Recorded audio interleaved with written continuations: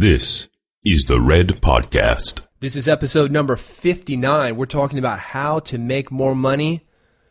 Short answer, ask for it. But how do you get the confidence to ask for more money? We've got 3 questions you can ask yourself and ways that you can build your confidence when asking for the sale. That's coming up on this episode of the Red Podcast. This is the Red Podcast. Real entrepreneur development. Make more money. Work less and live a life of freedom. No BS advice that really works. Here's your hosts, David Hooper and Laurel Staples. A couple of days ago, I was up at the crack of dawn, which in this case was 5:45 a.m., which is the absolute latest that I could wake up to be at this event. Got ready, went down to the park in our neighborhood and met with about 20 guys, none of whom I knew, although later on a friend of mine that I did know showed up, and I worked out with him for an hour. How'd that go? I'm still feeling it 2 days later, and I'm in pretty good shape. I'm in the gym or a yoga studio every day. I don't take days off. I've done that for a long time. You and I, a couple weeks ago, were climbing Red Rock Mountains. Big climbs of hundreds and hundreds of feet. No problem, right? This thing, it's just a workout that I wasn't used to. You got a bunch of guys yelling at you. It was intense, and it was 1 hour long. Amazing.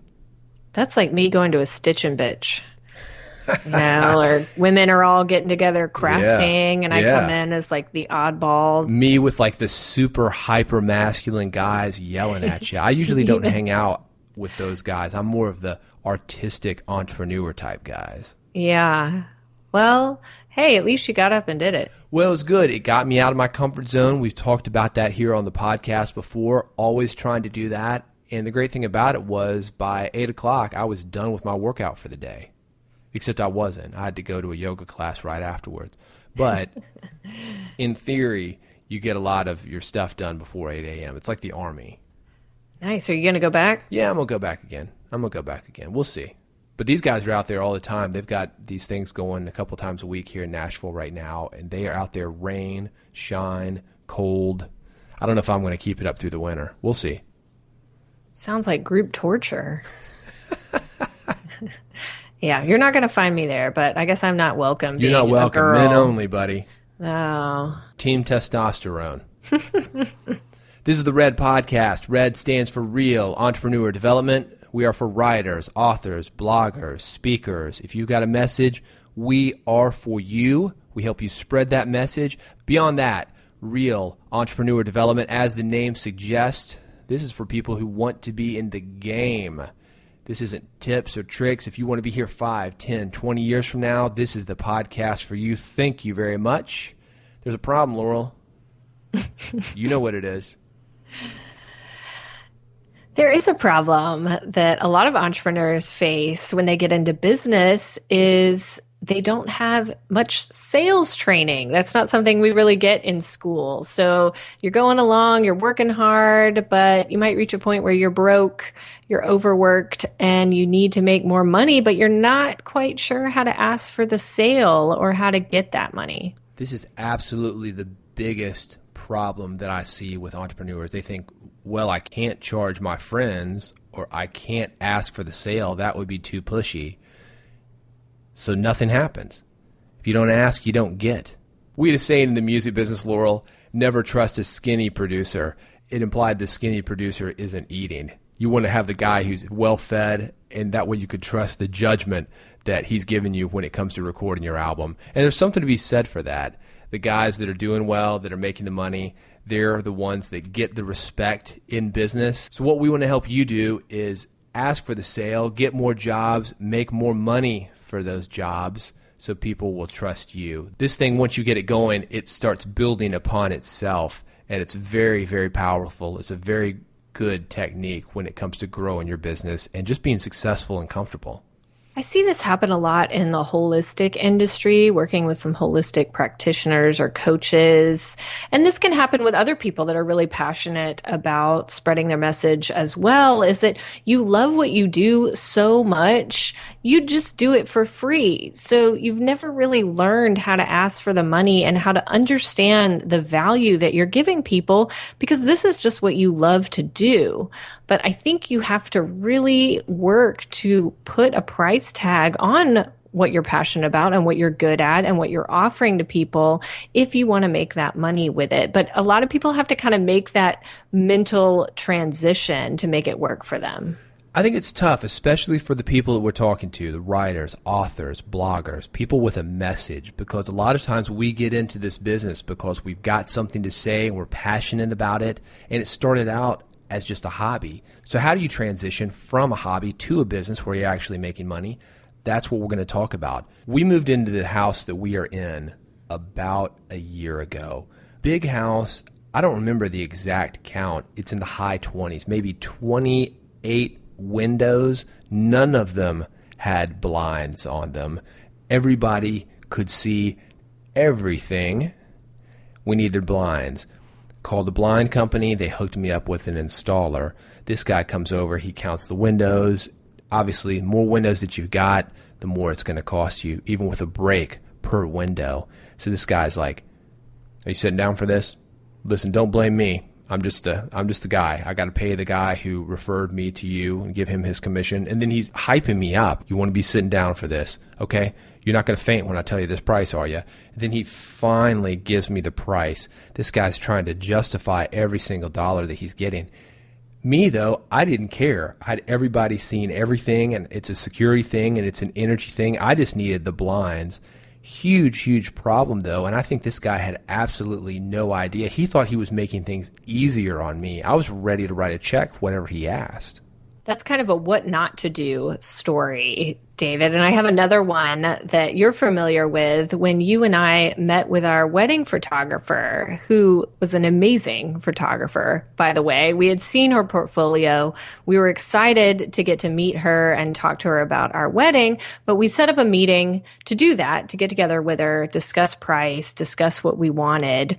And what we wanted was pretty basic. I mean, it was not her standard package. It was kind of like a level below her standard package because we only needed her for a couple hours. We had a really simple wedding. We just needed somebody to show up, take a bunch of shots. There were no bridesmaids, no flower girls, no ring bearers, no extended family. Yeah, nothing like that. So we told her what we wanted, and she quoted us a price. It was $1,000. And that to us was like, yes. Yeah, like, everybody else was 2 or 3 times that much. We thought it was a huge bargain. We are going to write you a check right now. But before we could say anything, she was like, well, you know, it's that I'm doing another wedding that day, and I normally wouldn't charge you that much, but I feel like I have to charge you that much. And she started going into all this justification, when on the other side of the table, we're like thrilled. We are so happy to give her money because we know she's going to do a great job. And that's another example of kind of what not to do, is she's making assumptions, just like the guy installing our blinds in our house, that we're not willing to pay, that we don't see the value and all this stuff. So that's just another example of, don't do that. Yeah. A lot of times, and I would say probably most of the time, if you've got a good service or if you're in need, and each of those stories, we were in need of something. I needed blinds to cover up the windows. Obviously, if you want photographs of a wedding, you've got a very limited window of opportunity to get that done. We needed what they had to offer. And when those things happen, where you need something that somebody has to offer, where you really have no choice if you want it, most of the time people are happy to pay whatever price you're going to ask. You don't need to justify your price. Not like that. We've got some ways that we're going to talk about that I think do justify the price, but when it comes down to, oh, you sitting down for this? Can you believe what they're charging these days? Don't do that. You and I are on different sides. Don't try to build camaraderie by making friends with me when I'm actually going to have to write the check regardless. It's not a us versus them kind of thing. I say getting the money in your business all comes down to confidence. For instance, the wedding photographer could have said, Even if she thought $1,000 was a lot, she could have said, it's $1,000, but this is what I'm going to do for you. And this is why it's going to be perfect. And this is why you should hire me. So same price, but the confidence is a lot higher. And that's going to spark people's attention there and going to make it more likely that you make the sale. So a lot of what we're talking about today is how to build that confidence so that you can get the price that you're asking or get even more than you were asking for originally and raise your prices. The funny thing is, with this situation, you've actually worked as a photographer. You know that business very, very well. Me, with my work in the entertainment business, work with photographers all the time, know the business pretty well. Having worked with various photographers, there's not a lot of difference. I mean, there's some great talented people, and then there's some people that are not so talented. But it's a very, very fine line. It's like sports teams. The guy who's number 1 on the bench and the guy who's number 10, not that much difference between them. It's just those little things that set them over the edge. But the pay difference is huge. So I think if you can do these things, you'll find the pay difference could be double, triple, even quadruple. So let's go into it. What would you ask yourself to get on the path towards confidence for asking for money? If you are looking to build confidence when asking for money, the first thing that I would ask myself is, how much do I want to make for my services? How much do I need to make for my services to be able to continue to provide them? So let's say you've got rent is $1,000, you've got a car payment, a couple $100, you've got to eat $300, utilities, various expenses. Maybe you need $2,000 a month just to survive. Okay, well, you need $2,000 a month coming in, assuming that's going to take care of all your expenses. What is it that you need to do to make that? You could do one job for $2,000. You could do 2 jobs for $1,000, 4 for $500 each, and so on. Figure out how much you need and how much you're willing to work. That's the first thing that you need to do. And I would say how much you need and also how much you want, especially for coaches and people that have a coaching business or any sort of consulting business. Sometimes there's a certain level of price that you want to charge that makes you excited about doing it. Like if I charge under a certain level to do my business coaching, I'm not as excited about it. And I'm not going to be in there with you like I am with the clients that I have, paying the price that I feel like is what's deserved for my services. So I think first look at what you need, and then next look at what you want. Look at what's going to excite you to do what you do. Absolutely. Yeah, they're really 2 different numbers. And if you're trying to make the transition from a day job, you're going to look at what you need first. But ultimately, you do want to have what you want because you want to have a comfortable life and you want to have enough money to where it's worth your time and you're going to give the client everything that you're able to give them. The next thing that you have to look at, and I think the wedding photographer is a great example of this, you have to ask yourself, what will my product, what will my service enable people to do?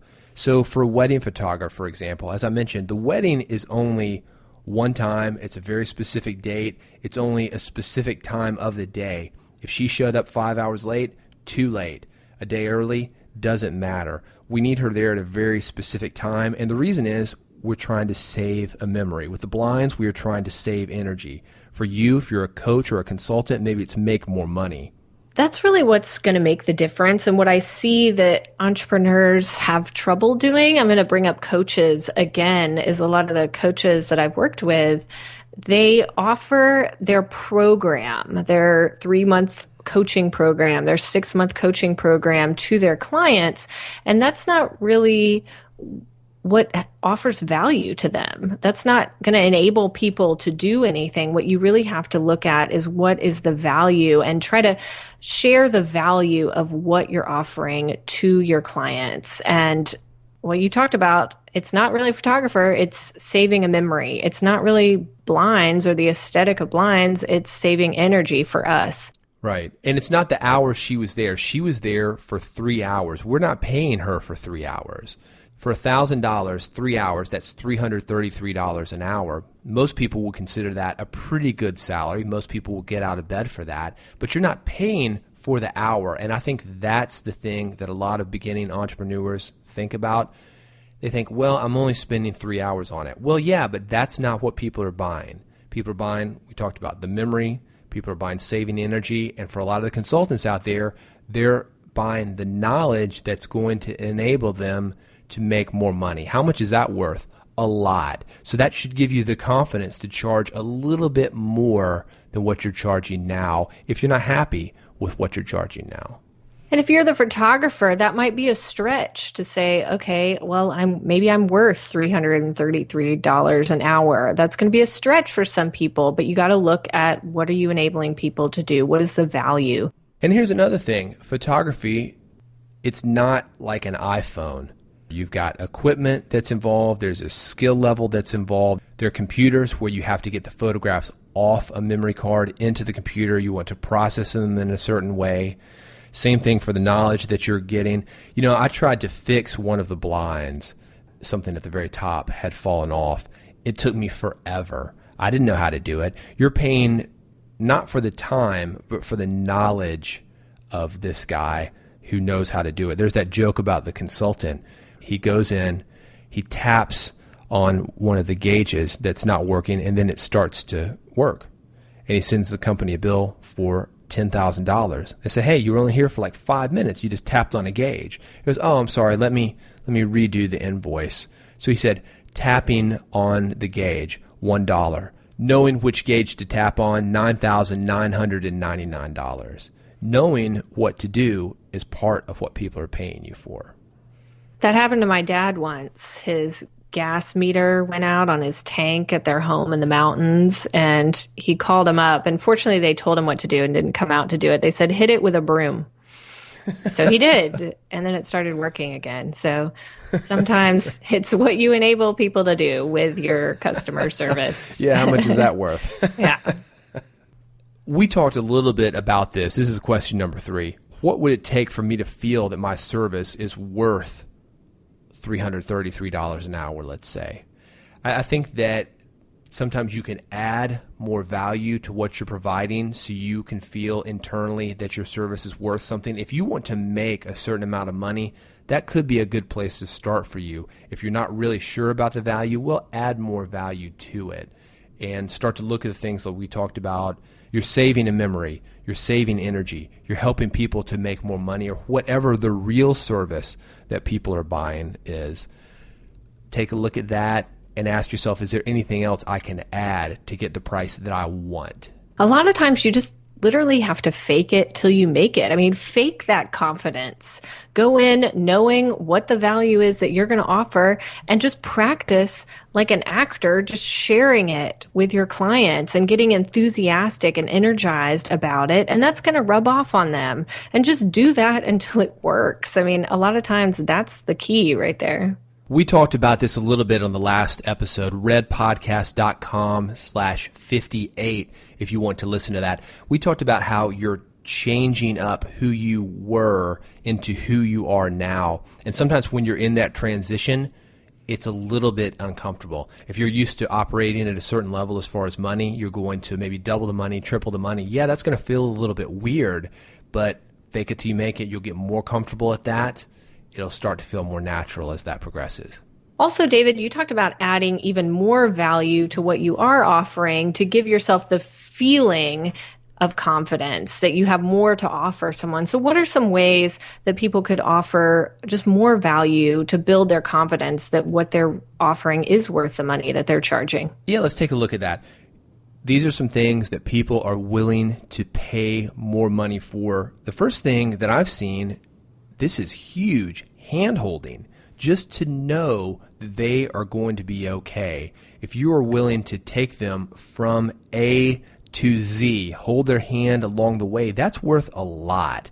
For example, instead of throwing somebody some videos for training, actually go to their house, show them what to do. Let's say it was a word processor training. Well, I don't want to watch a bunch of videos on YouTube. I want somebody to come over to my house and show me how to use this word processor, this new computer, set my VCR clock, or whatever it is that they're showing me how to do. It's really nice when you've got somebody right there holding your hand, and that is worth a lot more money than simply a video where you're leaving it up to them to do it on their own.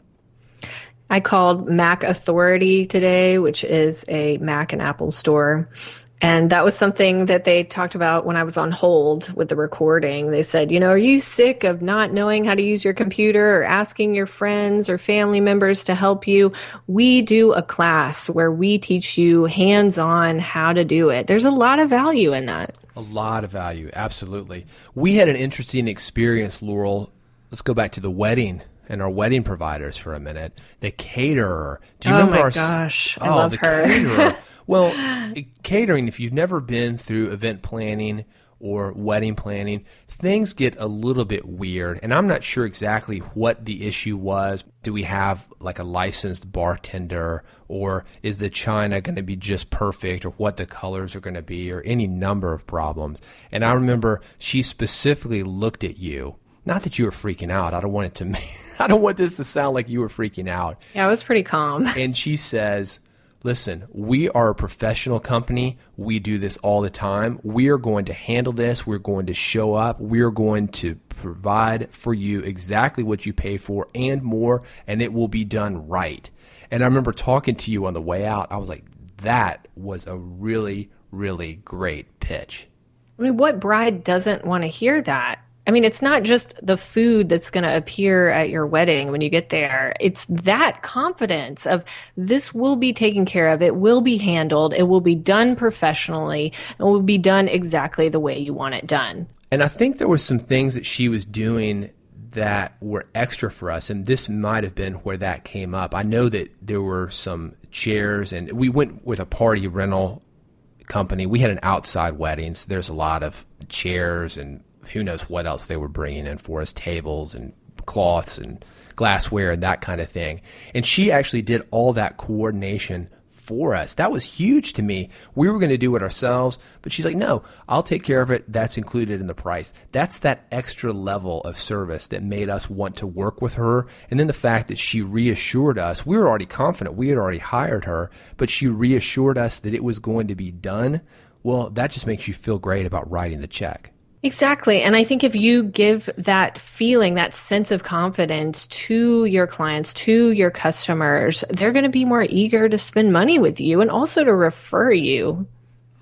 You know, one of the things that I've seen working in the entertainment industry, this gets more money all the time: celebrity and name brand. We've talked about that here on the podcast before, how you can become a micro celebrity. That was actually redpodcast.com/56 if you want to hear that episode. Great episode. If you are considered a celebrity in your industry, you can do the exact same thing, yet get paid more money for it. Keep in mind throughout all of this, no matter what business that you're in, no matter what you're doing, some people are going to say no when you give them your sales pitch. That's how it should be. If you're asking enough times, then people are going to say no. You are not here to please everybody. Your service or your product is not for everybody, and it shouldn't be. So just expect to get more no's, but also you're going to get more yeses. And hopefully your ratio of yeses to no's will start to increase. Yeah, everything will sell at a certain price. Let's say I had a Rolls-Royce Phantom outside and I had a lot full of them. Well, I could sell them pretty easily all day long for $1,000 each. It's a huge bargain. But at $1,000 each, I'm losing money. We don't think about that if we don't maybe have hard cost, if it's a service business, if it's something that we're doing ourselves. But the truth is, you could be losing money on every sale. You can get more sales by charging less, but you're not doing yourself a favor, and because of that, not doing your customer a favor, because you might not be around in the future to take even better care of them. People will say no. Don't worry about that. That just means that they are not for you. We've had to say no to people at Red Podcast, and we've had people say no to us when they hear our advertising rates. They're not for us. Yeah, they're definitely not for everybody. But I think the bottom line is if you don't ask and you don't ask with confidence, you don't get. You're not going to make the money that you want to make. And you'll surprise yourself with the people that you do get. And when that money starts rolling in, you won't believe that it took you so long to actually ask. If you have questions about this, you have suggestions for another episode, we're happy to hear from you. The way to get in touch with us is via our website at redpodcast.com. redpodcast.com. There you can contact me or Laurel directly. We're trying to build the real entrepreneur community, and you can help. 2 ways you can do that. 1, go to iTunes, leave us a review. Just search for Red Podcast, click on ratings and review. Leave us a review. That helps us to come up more easily, more often in the iTunes search results. More people can hear us, find out about us, and more people can benefit because of that. 2, if you'll tell a friend, we would appreciate that. Just tell them to go to redpodcast.com. We've got all our episodes there. New episodes are published 3 days per week. Thank you for listening. We appreciate you, and we'll see you on the next episode of the Red Podcast. You've been listening to Red Podcast, Real Entrepreneur Development. Subscribe today using iTunes, Stitcher, or via RSS at redpodcast.com.